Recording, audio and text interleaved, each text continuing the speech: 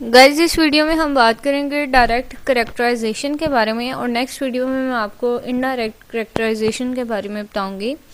तो direct characterisation क्या होती है कि ऑथर जो भी स्टोरी लिखता है, कोई भी मूवी बनाता है या कुछ भी बताता है, तो उसमें वो करेक्टर के बारे में डायरेक्ट खुद ही बता देता है कि ये करेक्टर है, ये ऐसा करेक्टर है।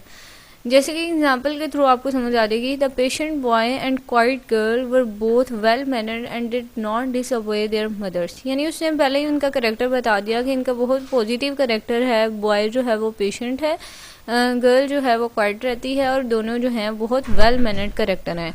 तो इन दोनों के थ्रू हमें पे आइडिया हो गया कि ये जो हैं करेक्टर, ये जो करेक्टर्स हैं ये बहुत ही ज़्यादा जो हैं वेल मैनर्ड करेक्टर हैं। यानी उसने डायरेक्टली खुद ही बता दिया उन करेक्टर्स के बारे में, उनकी पर्सनैलिटी के बारे में ऑथर ने।